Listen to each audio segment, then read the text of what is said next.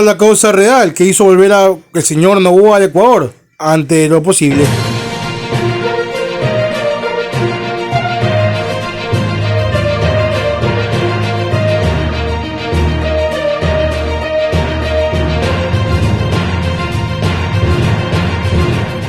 Ni lo leerás en los titulares de mañana, porque es el secreto mejor guardado de dos naciones que estuvieron, sin que tú lo supieras, al borde de una guerra convencional hace apenas unas horas. Un comando especial de las Fuerzas Militares de Colombia, actuando bajo una orden directa y clasificada del presidente Gustavo Petro, ejecutó una operación quirúrgica que borró del mapa esta amenaza latente, desmantelando una conspiración que involucra mercenarios, narcotráfico a gran escala, traiciones de alto nivel y una amenaza directa del presidente. Y la realidad que atraviesa el país no es para menos. Y aquí tu amigo Jorge Bonilla, tu paso de Face Express, voy a contarte uno de los motivos, causas reales, fundamentales en la cual hizo que el presidente Daniel Noboa llegue al país. Pues estos son dos medios colombianos y es mi razón para poder difundirlo aquí y que tú lo conozcas de primera mano. Pues se habla de un ataque anticipado de la fuerza colombiana en la frontera a un grupo que estaba trabajando prácticamente como mercenarios, en el cual incautaron material, en el cual pensaban que iban a ser ellos los afectados al destruir el sistema eléctrico. Esto orquestado por Noboa y muchas otras pruebas más de que estaban desviando plata de lo que son, lo que tiene que hacerse para lo que es los terremotos allá en Manaví, la infraestructura, para que de esta forma, con el incremento del IVA y otra cosa más, se use para esta tipo de guerra silenciosa. Esto fue una victoria rotunda del gobierno colombiano, y cual todo se ha manejado tras bambalinas. Deja tu like, comparte el video, suscríbete y pásame a escuchar la nota. Ni lo leerás en los titulares de mañana, porque es el secreto mejor guardado de dos naciones que estuvieron, sin que tú lo supieras, al borde de una guerra convencional hace apenas unas horas. Un comando especial de las Fuerzas Militares de Colombia, actuando bajo una orden directa y clasificada del presidente Gustavo Petro, ejecutó una operación quirúrgica que borró del mapa esta amenaza latente, desmantelando una conspiración que involucra mercenarios, narcotráfico a gran escala, traiciones de alto nivel y una amenaza directa del presidente ecuatoriano Daniel Noboa, que podría haber incendiado la región entera. Esta es la historia de cómo la selva se iluminó con el fuego de la soberanía y de cómo una operación fantasma evitó que despertara Soy con los tanques rodando por la frontera. Todo comenzó en la oscuridad de la madrugada, cuando un grupo élite de comandos colombianos, con los rostros pintados de negro y el equipo silenciado, se infiltró en la zona conocida como el Corredor de los Lujos. No hubo aviso previo, no hubo llamadas diplomáticas, solo la ejecución fría y precisa de una orden de neutralización. El objetivo era claro: destruir una instalación enemiga que había violado la soberanía nacional, penetrando 11 kilómetros dentro de nuestro suelo. Pero lo que encontraron allí superó cualquier informe de inteligencia previo. Al asegurar el perímetro y reducir a los hostiles, los comandos no se toparon con campesinos asustados obligados a procesar hoja de coca, sino con civiles armados de nacionalidad ecuatoriana, equipados con fusiles de asalto de última generación, chalecos tácticos con placas de cerámica y sistemas de comunicación encriptada que solo poseen las unidades de operaciones especiales estatales. Estos hombres no eran simples narcotraficantes, eran supuestos mercenarios a sueldo, operativos de inteligencia con una misión desestabilizadora financiada, según las evidencias recabadas en el lugar, desde las más altas esferas del poder en Quito. La magnitud de lo que estaba ocurriendo en ese rincón olvidado de la frontera es escalofriante.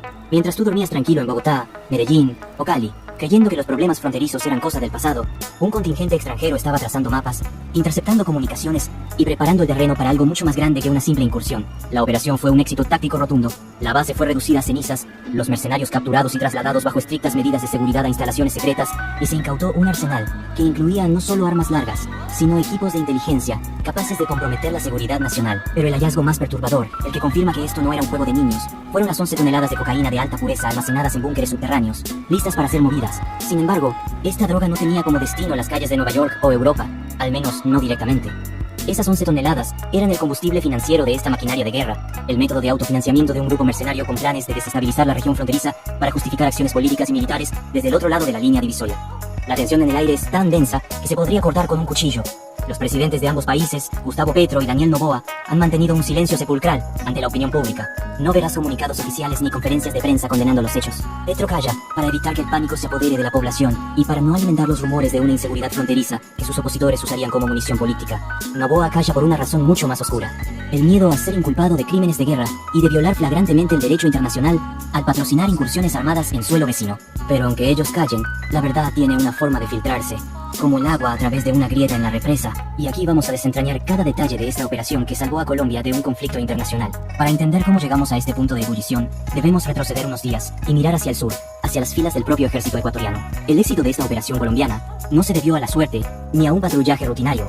La ubicación exacta de la base, con sus coordenadas geográficas precisas al milímetro, los planos de las estructuras defensivas y hasta los nombres de los mercenarios que la ocupaban, fue revelada por una traición en el alto mando ecuatoriano. Un coronel de inteligencia de ese país un hombre de carrera y honor, se sintió asqueado por la deriva de lo que él llamó la narcopolítica del gobierno de Noboa. Este oficial, viendo cómo su institución se convertía en un brazo armado de intereses oscuros, decidió cruzar la línea invisible de la lealtad ciega. A través de un intermediario en la frontera, filtró toda la información a la Dirección de Inteligencia colombiana días antes de la operación. Pero no te equivoques, su motivación no fue puramente ideológica ni un repentino amor por Colombia. Fue algo mucho más visceral y humano. El coronel descubrió con horror que su propio yerno, el esposo de su hija, era uno de los contratistas reclutados para esa misión suicida en territorio colombiano. Movido por el instinto de protección familiar y el honor castrense que le impedía ver a su familia envuelta en una guerra sucia, entregó a sus propios compatriotas para salvar a uno solo. Esta filtración permitió que las fuerzas especiales colombianas planearan el ataque con una ventaja absoluta, sabiendo dónde dormía cada objetivo y dónde estaban ubicados los centinelas. Fue una jugada maestra de contrainteligencia que dejó al gobierno de Noboa desnudo y expuesto ante los ojos de los estrategas en Bogotá. Pero la traición del coronel es solo la punta del iceberg. Al entrar en la base, los comandos colombianos confirmaron una alianza que muchos sospechaban, pero nadie había podido probar hasta ahora. La conexión directa entre el gobierno ecuatoriano y las disidencias de las FARC. Las 11 toneladas de cocaína halladas en los depósitos no eran un stock viejo olvidado por algún capo en fuga. Los análisis químicos y los sellos en los paquetes confirmaron que se trataba de mercancía fresca, recién salida de los laboratorios de la selva. Esta droga procedía de un acuerdo directo y macabro entre un intermediario del círculo íntimo de Daniel Noboa y la disidencia de las FARC del Frente 48, que opera con impunidad en la zona del Putumayo. La droga era el pago en especie por los servicios de los mercenarios ecuatorianos. El trato era simple y brutal. Los mercenarios aseguraban los corredores de tráfico de armas hacia Ecuador, permitiendo que el crimen organizado en ese país se armara hasta los dientes. Y a cambio, despejaban la zona de grupos rivales que le disputaban el control al Frente 48. Era una simbiosis perfecta de muerte y dinero, donde la soberanía de Colombia se vendía al mejor postor. Y aquí es donde la historia se vuelve personal para muchos de ustedes que viven en esas zonas olvidadas por el Estado. En la base, junto a las montañas de polvo blanco, los oficiales de inteligencia encontraron carpetas con listados detallados. No eran listas de suministros ni de turnos de guardia, eran listas de nombres. Nombres de líderes comunitarios, defensores de derechos humanos y periodistas locales. El presidente ecuatoriano envió un mensaje cifrado a la Casa de Nariño. No usó los canales diplomáticos habituales, no llamó por el teléfono rojo. Usó al embajador de un país europeo como mediador para entregar un ultimátum que hiela la sangre. El mensaje, según una transcripción filtrada a la que hemos tenido acceso por fuentes de altísima credibilidad, decía textualmente: retírese del cerro o quemaremos el valle. Su juego energético tiene costos humanos. Esta frase, críptica para el ciudadano común, es una amenaza directa y velada de escalar la desestabilización en la frontera si Colombia no cedía en dos puntos clave: el levantamiento de los aranceles y la reanudación inmediata del flujo de energía eléctrica que Ecuador necesita desesperadamente. Noboa, acorralado por su crisis energética interna y ahora humillado militarmente en secreto, estaba dispuesto a usar la violencia fronteriza como palanca de negociación. Lo espectacular de este episodio es que el mensaje nunca llegó a ser secreto del todo. La inteligencia brasileña, que monitorea la región con una capacidad tecnológica que a menudo subestimamos, interceptó y descifró la comunicación en tiempo real. Brasilia alertó de forma confidencial a Bogotá, incrementando la paranoia en el Ministerio de Defensa sobre una posible intervención militar limitada por parte de Ecuador. La situación escaló a niveles de crisis de misiles en cuestión de minutos. Los generales colombianos pusieron a sus tropas en alerta máxima, esperando que cualquier movimiento en la frontera fuera el inicio de una invasión o un bombardeo de represalias. Los mercenarios no solo estaban espiando, estaban practicando cómo apagar la luz de Colombia, o peor aún, cómo causar una sobrecarga catastrófica que destruyera la infraestructura eléctrica en el sur del país. La implicación es terrorífica. La misión incluía fases operativas para probar la vulnerabilidad de nuestra infraestructura crítica, posiblemente para lanzar un ciberataque masivo o un sabotaje físico posterior que dejaría a ciudades enteras sin energía, sembrando el caos y debilitando la capacidad de respuesta del Estado colombiano ante una agresión externa. Esto eleva el conflicto a una categoría de guerra híbrida, donde el enemigo no solo te dispara, sino que te quita los servicios básicos desde las sombras. Estación de computadoras y teléfonos en la base logró rastrear los pagos realizados a los mercenarios y la financiación de la logística. El dinero no salía directamente de una cuenta del gobierno ecuatoriano, por supuesto. Eran más sofisticados que eso.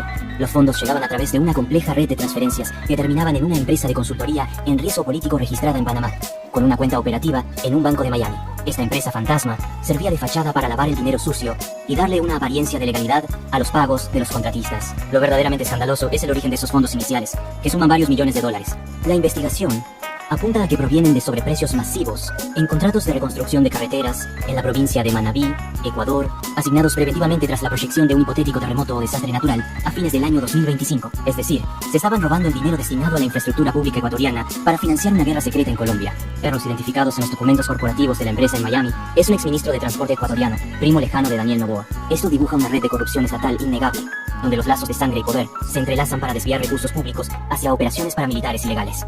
La evidencia financiera es tan contundente que, si se hiciera pública, podría tumbar al gobierno de Noboa en cuestión de semanas, lo que le da a Petro una ventaja estratégica enorme en cualquier negociación futura. Tierra Chusalongo. El nombre, tomado de una figura mítica de los Andes ecuatorianos, escondía un plan de falsa bandera diseñado para provocar una guerra. La base destruida y la red de espionaje no eran un fin en sí mismas, sino el campamento base para orquestar un ataque con artefactos explosivos de alto poder contra un convoy militar colombiano en una carretera fronteriza. El plan consistía en detonar el convoy, causando la mayor cantidad de bajas posibles entre los soldados colombianos. Pero aquí viene el giro perverso. El ataque sería ejecutado para que pareciera una acción del Ejército de Liberación Nacional, el ELN.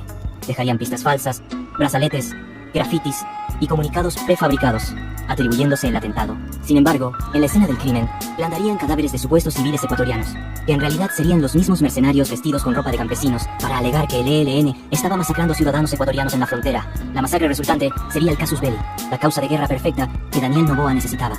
Con las imágenes de sus ciudadanos muertos en todos los noticieros internacionales, Noboa ordenaría lo que en los documentos llamaban incursiones de persecución caliente en territorio colombiano. Sus tropas cruzarían la frontera no como invasores, sino bajo la excusa legitimada internacionalmente de la lucha antiterrorista y la protección de sus nacionales, similar a lo que hacen potencias mundiales en otros conflictos. Buscaban crear un escenario donde la violación de la soberanía colombiana fuera aplaudida por el mundo como un acto de justicia. Las 11 toneladas de cocaína incautadas tenían un propósito específico en esta segunda fase: financiar el caos post-atentado.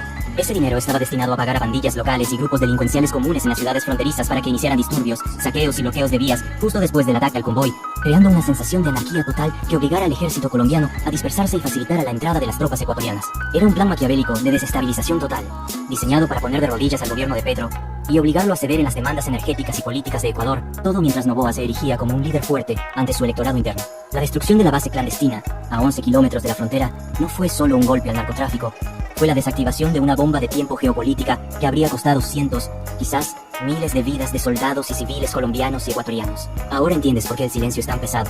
Ambos gobiernos saben lo cerca que estuvieron del abismo. Lo de Carondelet es de una paranoia absoluta. Informes de inteligencia señalan que Daniel Noboa ha iniciado una caza de brujas interna, buscando frenéticamente al coronel que filtró la información y a cualquier otro oficial que pueda saber demasiado. Se habla de reestructuraciones urgentes en la cúpula militar ecuatoriana, un eufemismo para purgar a los elementos que no son incondicionales a su agenda. El miedo a un golpe interno o a nuevas filtraciones ha paralizado la toma de decisiones en Quito, dejando al gobierno vecino en una posición de debilidad extrema, intentando tapar las grietas de un dique que ya ha reventado. ¿Hasta cuándo se podrá mantener este secreto? ¿Qué pasará cuando Noboa, desesperado, intente... Y esto nos deja helado, porque esto está tomándose como una verdad absoluta en Colombia. ¿Será cierto o no? Tenemos que llevar siempre los recados por aquí, tenemos que confirmar 100% todo lo que se hace. Pero lo que ya se conoce es que algo pasó que hizo que Noboa forzara su visita al Ecuador, porque él no viene acá al Ecuador a pasar, él visita Ecuador y ya se fue de nuevo. Pero si esto de confirmarse es gravísimo, porque Colombia tiene las pruebas suficientes como para hacer sacudir y hasta sacar a Noboa de su cargo. Empezar un conflicto bélico con nuestro vecino país por las puras, sin apoyo de la asamblea, aunque prácticamente pueda tenerlo porque sabemos que son sus alzamanos en su mayoría, no todos, pero que esto ya no sirva de elección, porque aquí existe algo oculto más, que con el tiempo irá que revelarse, pero de confirmarse, esto sería prácticamente una rotunda para el gobierno colombiano, que está en un paso de, por siempre lo dijimos, Colombia nos lleva 5-1 en lo que es tecnología y militares. Nada, tú le compartes el video, suscríbete a YouTube, nos vemos hasta la próxima.